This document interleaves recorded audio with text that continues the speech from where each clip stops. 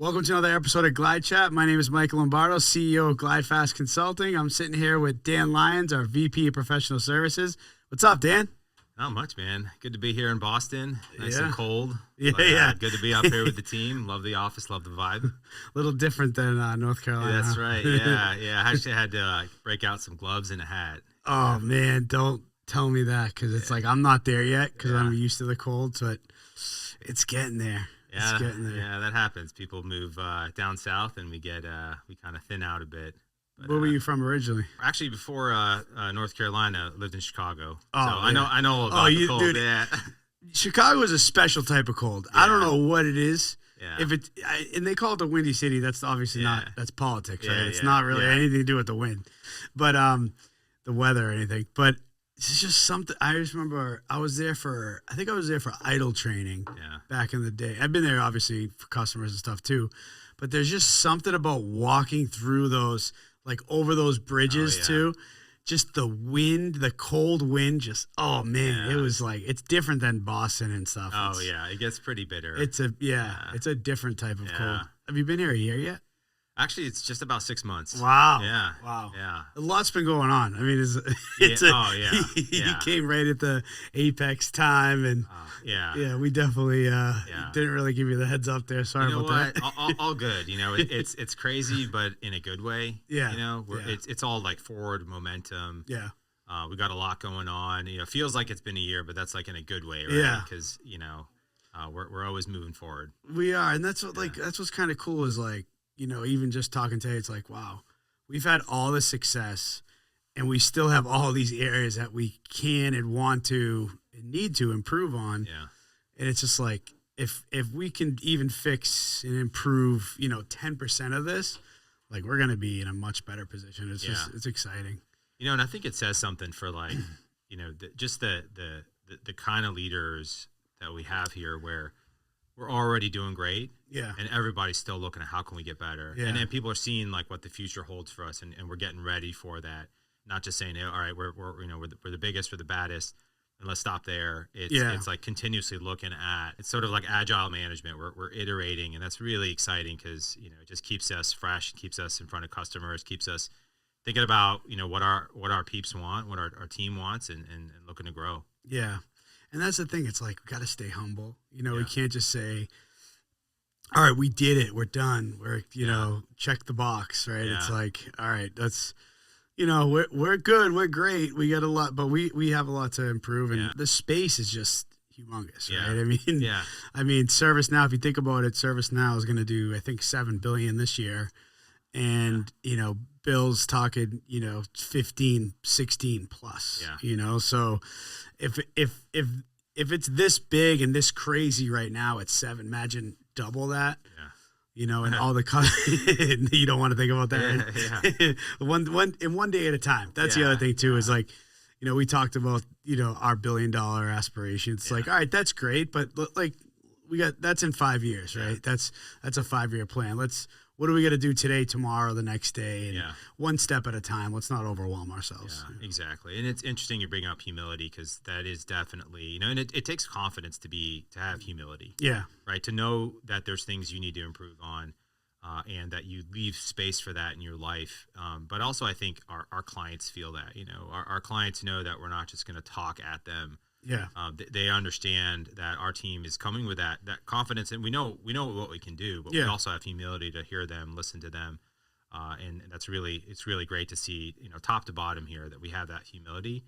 That opens up, right? It keeps our eyes open, keeps us fresh, keeps us down to earth, and kind of ready for new things. Yeah, and so you and I were talking a little bit, and we both worked not at the same time, but we both worked at the last partner before I started GlideFast and before you joined us. So what were you doing before that? You said you were doing like another consulting firm focused on Salesforce. And So before my last organization, I ran a consulting practice as part of a larger organization.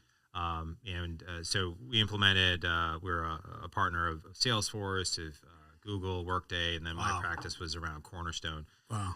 So it was really exciting stuff, a lot in the talent management, succession, compensation management space. But we did a lot of cross-selling with Salesforce and Workday. So a lot of the same technology that you see and the same interactions now you see with ServiceNow, right? Yeah. Client needs an integration with their CRM, with Salesforce, or how many clients now have an integration with Workday. So it's, you know, a lot of that's kind of, you know, it's really great to see sort of, you know, a lot of familiar technology in the same space. And plus, I mean, look at what ServiceNow is, you know, it's the spine of corporate enterprise. Yeah. That must be cool to like kind of just to see the progression. I'm curious, like how hard was it for that company to deal with multiple different technology skill sets, right? Because you can't be experts in everything, right? And it's ServiceNow's deep and wide enough. Yeah, for sure. Yeah, I'm not sure if, you know, considering where like ServiceNow is and how broad it is, I'm not sure it would have fit in that model, but because it does so much, right? Yeah, so, exactly. You know, there was the other technologies were more like niche. Yeah, exactly. Yeah. But across all that, you still had that an emotional approach, the humility, the consistency of delivery, all those things kind of regardless of whatever the platform was. Great consulting is great consulting, right? You know, and you can give your people, you know, the room to run, you give them the support, and they can work across multiple technologies, and you know, you help them sort of, you know, help them understand and help clients understand how to thread all those together. But now with ServiceNow, it's a CRM, it's an HR system, it's all this stuff, procurement now, right? So it's interesting because our folks have to sort of see across this whole like, you know, field of functionality. Yep. Wow. It's exhausting. It's busy, keeps us busy enough, right? Like I don't need any other technology right now. Like we're pretty good here. It's enough to keep us busy. Yeah, absolutely. So tell me like a little something about you personally. Like what's the hobbies or anything? Down that alley. Yeah. Well, I've got 3 kids. And a 17-year-old dog. So that takes plenty of time. Oh wow. Boys, girls. Yeah, I got 2 boys. My oldest is 14. Then a 12-year-old, and then my little girl. She's 10. Wow. And she's our Spitfire. So, you know, just doing a lot of stuff with them. One of the big reasons we moved down to North Carolina from Chicago is because we can be outside for most of the year. Yep. So we're just an hour or 2 away for some great hikes. That's awesome. I love hiking. Yeah. And not like hikes like you got to be an expert, right? Yeah. We're not talking like 10,000 foot elevation. This is, you can go on a day hike, go see a waterfall, then go to a brewery. Yeah, that's cool. Yeah, and so that's what New Hampshire's kind of like. Too. Yeah. So getting the kids out, they get some fresh air. Coach my kids soccer. You know, just kind of dad stuff, and then you know things around the house. But and then outside of that, just my wife and I like to go on a lot of date nights and get out. Nice. And, make sure the kids. I'm overdue for a date night with my wife. Yeah. We were just talking about that. We're overdue. That's awesome. And yeah, I mean, even though it's only been 6 months, like it's really been a pleasure to have you here because I think you came and brought in a level of experience that we didn't really have at GlideFast, you know, and I think a lot of us kind of just like came up. A lot of us were developers and consultants, and we kind of grew into leadership roles where you kind of had that leadership experience. You've had some of those conversations with customers already. Like, you know exactly kind of what customers were looking for. So I really appreciate the level of expertise you brought in and also the flexibility, because it's definitely been like I think, you know, people who maybe weren't as brave or, you know, maybe would have been like, I don't know what's going on here, you know, and I appreciate you kind of sticking it out with us and being flexible so we could work through the acquisition, work through some of these changes. And I'm so excited to see, like, you know, you grow and the whole organization grow. And I think we have a really bright future ahead of us. Oh yeah, for sure. You know, I think the common thread, right, is that, you know, you got a great culture. Yeah.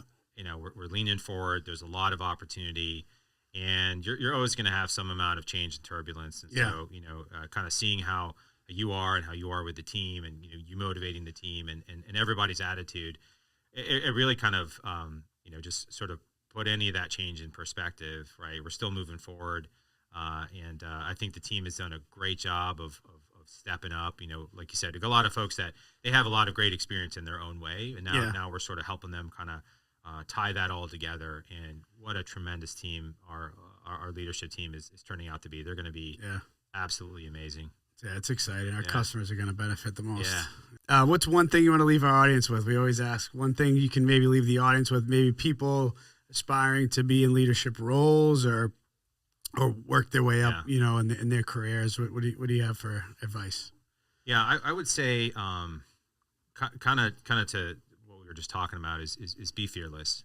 There's always those times you're going to have in your life where you can choose to sort of lean in, expose yourself to learning, kind of you dive right in, right? Because in the end of the day, you know, you don't want to be sit and think, oh, I should have done this, I should have done this. So and there's no better teacher than experience. And how do you get experience is by getting in there, right? You can hypothesize all day. But the real test and the real feedback is from our clients and our customers, because that's ultimately number one for what makes us better. So I'd say for folks, if you're thinking about getting into consulting and you're not sure if you can make that jump, do it, because you can take what you've learned and you can apply it. You just need just need to sort of buckle up a little bit. And what you'll learn. I was reading a book the other day of just kind of like how much people grow in a year. You should look back on yourself. And look at yourself a year later and be like, man, I really didn't know anything. And that's okay. Yeah. Right. Because it means that you've grown, right? So year over year, right? Think about how much every year. Yeah.